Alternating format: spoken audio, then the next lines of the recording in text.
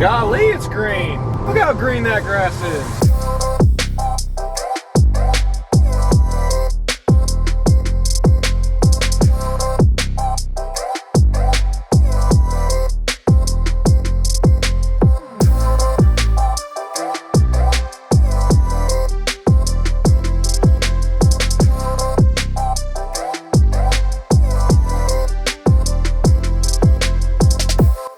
You guys have no idea how excited I am to see green grass.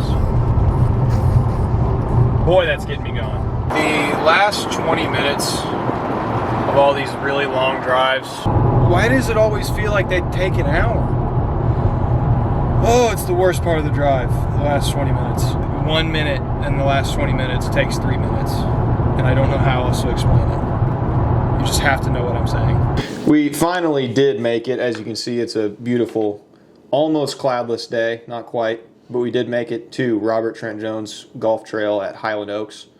It's a beautiful track, honestly. Fits my game really well. And the sunset here was unbelievable. So I set this camera up on my golf cart.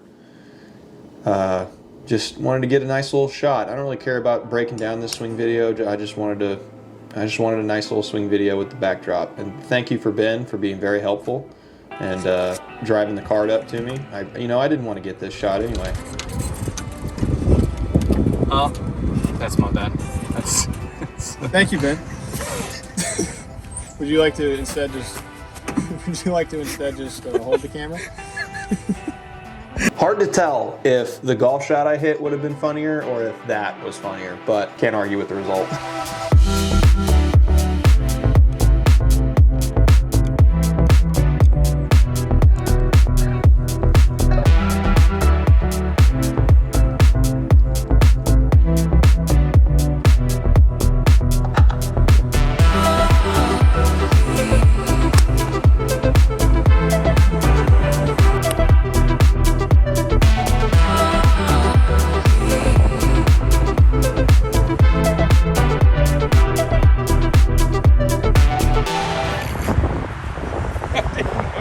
Teed off for the morning practice round at like 6:50 in the morning, which I know sounds incredibly early, but this is like the east side of Alabama. It's the farthest east you can go and still be in central time zone. So instead of 6:50, consider it 7:50, which is still probably pretty early, but it was nice getting out that early and getting the practice round over with and having the entire afternoon to recharge and relax and get ready for the first round. Played a foursome with Ben Rabney. Go follow him on TikTok. Jacob Bridgman and Will Nottingham. Jacob Bridgman, by the way, having an insane year. He won Q School, not to spoil it or anything. Shot 19 under, 1 by 2. Really good golf there, and then won his next tournament. I swear the guy hasn't lost a tournament in the last like 2.5 months, and he's playing ACC Division I golf. Pretty darn good.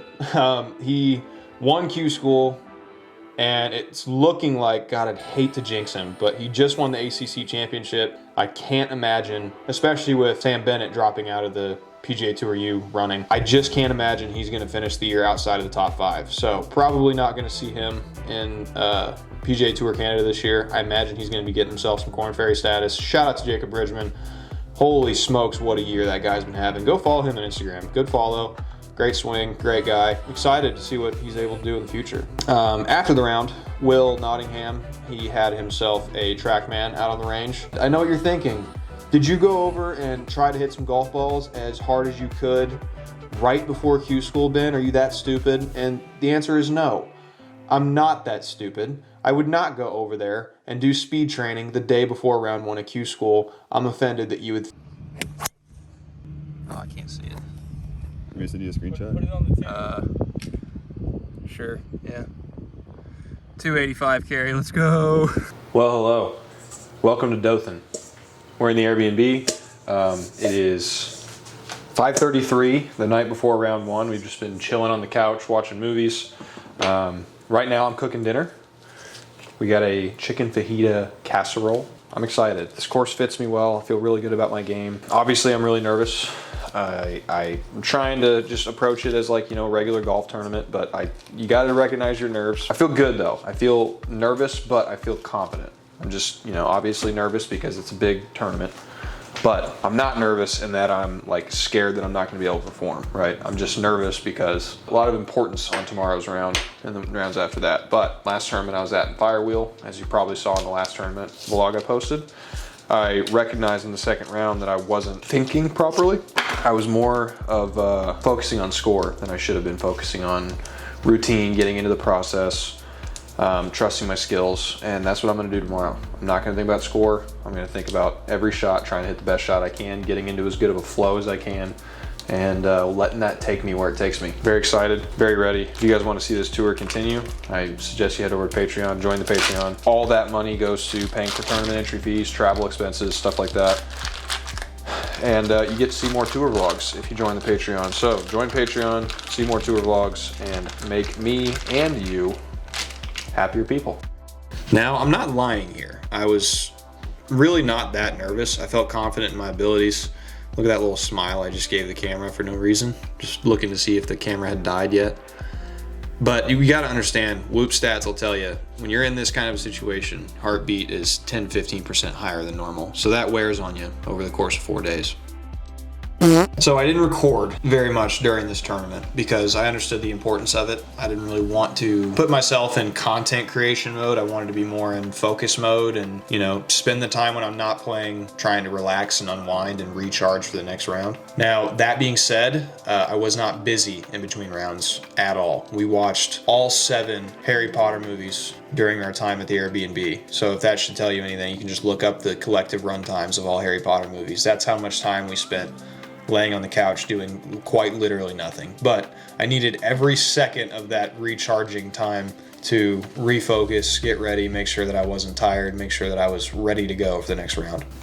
So instead of having daily recaps with how I did at each round, what I'm going to do is put just the leaderboard, put a screenshot of each round on the screen, and kind of talk about how the round went. Round 1, you know, speed training before round 1 of Q School, maybe in hindsight, was not a great idea. Kind of drove the ball all over the place, scrambled pretty well for the most part, got away with 1 over par. Course wasn't playing incredibly easy that day. It hadn't rained yet. It was pretty firm. It was not an easy golf course, and fortunately, I was able to get out of there with a 1 over par round. Birdie I made on 12 was kind of insane. It was I was about 87 yards away in the pine straw, deep in the trees, and you just don't get openings in the trees at an RTGA course. And for some reason, I had just the perfect little 5-yard gap to hit a wedge through to about 3 feet. That was a good birdie. Unfortunately, followed it up with a bogey, and then another bogey on 16, another 3-putt. But on 18, was able to stick one to about 2 feet, make the putt for birdie, get out of there at 1 over par. Didn't feel too bad about that first round. Not looking at leaderboards during this tournament because, like I said before, trying to stay present,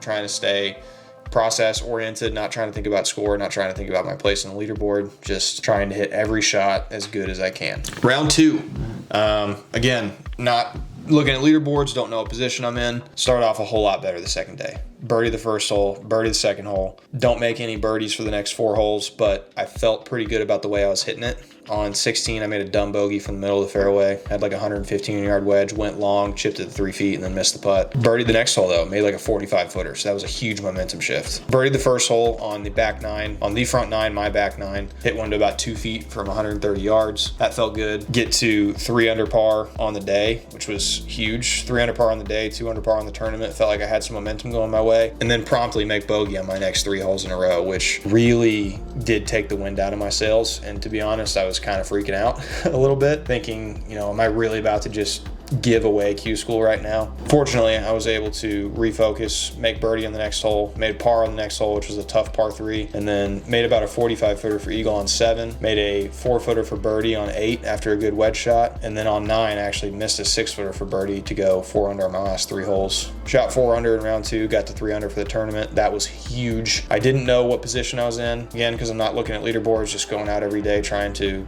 play the best golf that I can. Was very fortunately able to avoid all leaderboards. If you are somebody who, if you're watching this by the way, if you're somebody who sent me a leaderboard screenshot and I had to tell you to not do that, don't feel bad. It's weird that I was doing that. It was not like a normal thing. I just needed to avoid leaderboards and not think about score. I found out later that I was actually T9 at that point through 2 rounds. And T9, by the way, if I had maintained that position, would have gotten me guaranteed starts on PGA Tour Canada. But I didn't know that. I didn't want to think about that. I just wanted to play the best golf that I could and let the chips fall where they may. Now, again, I wasn't looking at leaderboards, had no idea where I was. It's just weird because I wasn't looking at leaderboards. I wasn't thinking about anything really besides process. And I still had some really bad stuff happen to start this 3rd round. Obviously, on the first hole, I left a birdie putt short, right in the heart. Second hole, snap hook out of bounds, tee shot into the right rough, hit under the wrong portion of the green, 3-putt triple. And just like that, I gave away all strokes under par that I was up to that point. And then to add insult to injury, after 2 pretty good shots into the fairway and then into the green, I 3-putted. And it just felt like everything was slipping away from me way too fast. And that in that moment, I went from 3 under par to 1 over par very quickly. Just kind of said, all right, giving up all control here. I'm just handing all this over to the powers that be. I'm just gonna relax over every shot, really just give into the process. Whatever happens, happens. And made a really good par on 4, tough par 3. Almost made birdie on 5. Had a really good 2-putt par on 6. Wasn't able to birdie 7. And when I didn't birdie 7, that's kind of when things started to feel like they were getting away from me. And to add even more downtroddenness to that moment, I 3-putted the next hole. After hitting a pretty good wedge shot, landed 5 feet from the hole, spun 40 feet back, and then 3-putted for bogey. And at this point, now I'm 2 over par. After being 3 under par to start the day, I'm 2 over par with 28 holes to go, just knowing that it's going to take like 3-4 under to get a card. So this was a really kind of a tough spot to be in. There's a few very important things to realize if you're going to be process oriented. One of them being that it will not guarantee you that nothing bad will happen. It also doesn't guarantee you that you're very quickly just going to be able to snap out of something like a slump or a bad stretch. What it does guarantee is that you'll have a chance on every single shot for that shot to be the one to turn things around. If you're not process oriented, if you're somebody who's focused on score, if you're somebody who is thinking, I got to hit it here so I can make this number, and I got to make birdies. If you're thinking birdies, if you hit one bad golf shot, you're probably not going to make birdie on the hole, and you have then just sacrificed that hole completely. If you are process oriented, instead, what will happen is you can hit a bad golf shot and then you execute that punch out perfect, and then that can be the shot to spur you on to birdieing the next 4 holes after that. So any one shot when you're process oriented could be the difference between going on a run and waiting for the next shot to be the one to start a run. It's hard to tell when the run started necessarily, but on 9, I hit a phenomenal drive. I hit a very good 4-iron to the front part of the green, left myself about a 30-footer for eagle, and knocked in that 30-footer for eagle. And it's hard to tell which one of the shots was the one that started the run, but I eagled that hole, birdied the next hole, had a 7-iron into the next par 5 after that. So 9 par 5, 10, 11's a par 5, had a 7-iron in, hit it to about 15 feet, lipped out for eagle, made birdie. Now at that point I might have started thinking score. I might have started thinking, God, can I shoot 29 on this side? Blew one into the right trees, went back to process oriented, hit a fantastic punch out, saved par, was able to get back into the round, and went from 5 over through 8 to 1 over through 11. And that's the kind of stuff that can happen if you're process oriented, if you're not thinking about score, if you just let every shot possibly be the one to pull you out of a slump. You know, who knows what could happen. This actually leads to another interesting wrinkle in the story, which is that we had a ton of rain delays that week. There were many a rain delay, meaning that in this 3rd round, it did not look like we were going to finish our round. We teed off 14 knowing it was going to be our last hole. I hit a phenomenal tee shot, hit a really good second shot that looked like it was going to be about 2 feet from the hole. Apparently we got up there and found out it landed 5 feet short and then spun 30 feet back. Kind of same deal as 8, 3-putted. And that kind of felt like a big punch in the gut because that ended up taking me out of the number for a conditional card, that 3-putt. I didn't look at the leaderboard that night. What I did do is I asked the guy that I was sharing an Airbnb with if the tournament ended right now, would I have a card? And he said yes.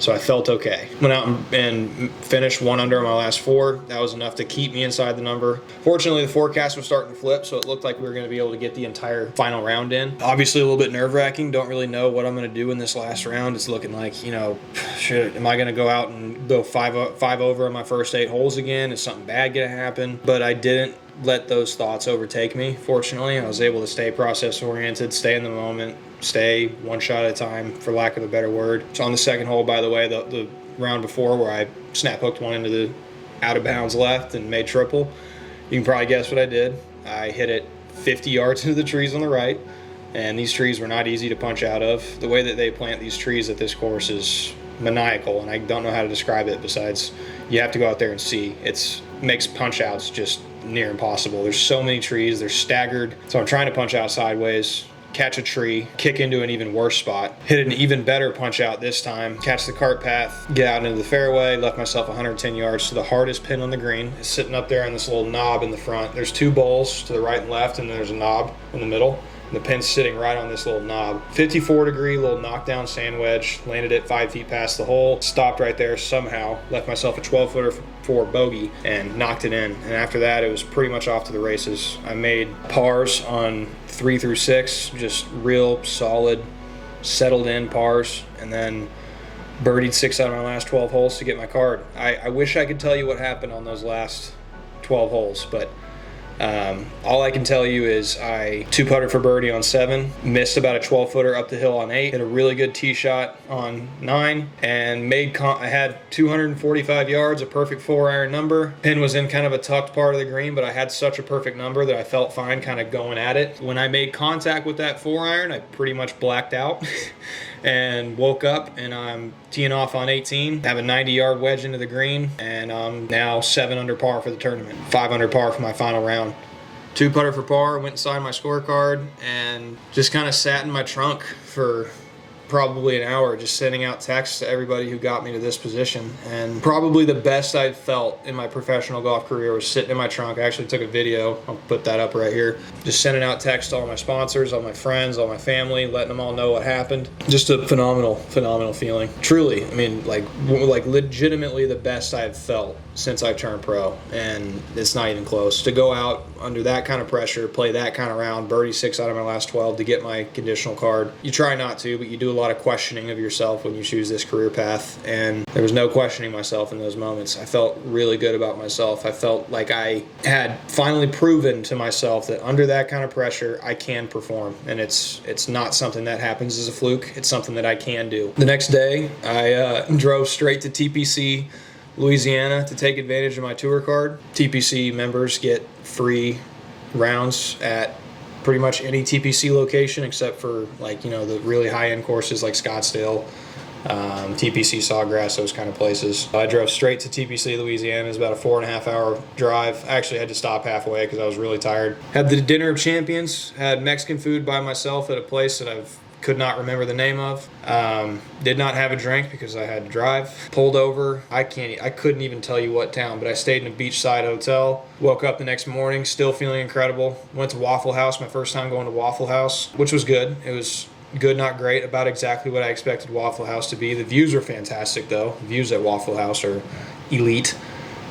At least that Waffle House, the views were elite. Went to the beach, kind of walked around a little bit, just enjoyed my morning, and then drove the rest of the way to TPC Louisiana and played the course. It was looking pure because, as you know, the Zurich Classic that happened last week, this was probably a month and a half ago that I was there, so it was just pure as hell, getting it ready for that event. Putting up the grandstands and everything, it was cool to see that.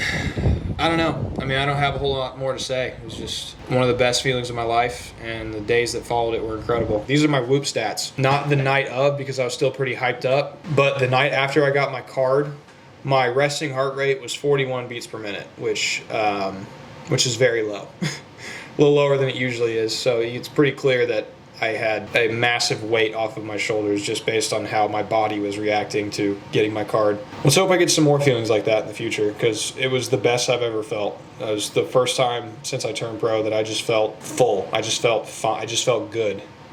And I'm trying to get back to that point again at some point. That's pretty much all I have to say. If you guys enjoyed this video and you want to see more tour vlogs in the future, I'm trying to get better about recording during tournaments without letting it kind of like take over what the tournament is in itself. The more I do it, the more comfortable I'll get with it. I don't think filming is going to make me play bad. I'm not afraid of that. So I think in the future, tour vlogs are going to get a little more in-depth. And if you want to see some more of that, go to subscribe to Patreon. If you want to keep this thing going, that supports the tour, and you'll get early access to just about every video I post. If you want some personalized help on your game, hit the link in my bio. Shout out to Zip. Shout out to all my sponsors. Shout out to Parpoints for getting me there. Parpoints, this is the hat. These hats are amazing, by the way. You got to go get yourself one. Ace Rapid Response. Shout out to them. Shout out to JRI. I don't have that patch yet either, but all my sponsors, you guys make this thing possible, along with you sitting at home watching these videos or wherever you watch my videos. If I didn't have the support I did, this stream would have been over a very long time ago. So thank you for getting me to this point, and let's keep it going. Oh, Canada, I'm coming for you, baby.